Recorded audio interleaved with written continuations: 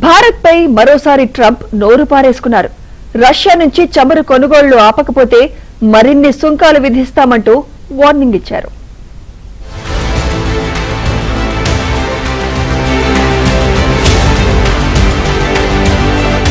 America అధ్యక్షుడు Donald Trump మరోసారి భారత్ పై అక్కసు వెళ్లగక్కారు. రష్యా భారత్ చమురు వాణిజ్యంపై తీవ్రంగా స్పందించిన ట్రంప్ భారత్ తక్షణమే మాస్కో నుంచి ఆయిల్ కొనుగోలును ఆపకపోతే భారీ సుంకాలు విధిస్తామని మరోసారి హెచ్చరించారు. గత వారం వైట్ హౌస్ లో రష్యా నుంచి భారత్ చమురు కొనుగోలుపై మోదీతో తాను మాట్లాడానని, మాస్కో నుంచి చమురు కొనుగోలు నిలిపివేస్తామని హామీ ఇచ్చినట్లు ట్రంప్ చెప్పారు. అయితే మోదీ ట్రంప్ మధ్య అలాంటి సంభాషణ జరగలేదని భారత విదేశాంగ శాఖ అధికారులు తెలిపారు. ఈ క్రమంలో భారత్ పై సుంకాల మోతపై అమెరికా అధ్యక్షుడు ట్రంప్ మరోసారి కీలక వ్యాఖ్యలు చేశారు. రష్యాతో ఇకపై చమురు వ్యాపారం ఉండబోదని మోదీ తనతో స్పష్టంగా చెప్పారన్నారు. అయినా కూడా కొనుగోలు జరుపుతున్నట్లు తన దృష్టికి వచ్చిందని, ఇది ఇలాగే కొనసాగితే భారత్ భారీ సుంకాలను ఎదుర్కొనక తప్పదని తీవ్ర వ్యాఖ్యలు చేశారు. కానీ భారత్ అలా జరగాలని కోరుకోదని తాను అనుకుంటున్నానని అన్నారు. ట్రంప్ చేసిన ఈ వ్యాఖ్యలు హాట్ టాపిక్ గా మారాయి.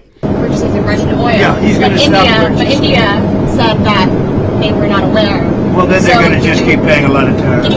If they said that, but I don't believe they said that. No, I spoke with Prime Minister Modi of India, and he said he's not going to be doing the Russian oil thing. So that's it. But why would India say that they're not going to do it? I don't know, but if they want to say that, then they'll just continue to pay massive tariffs, and they don't want to do that.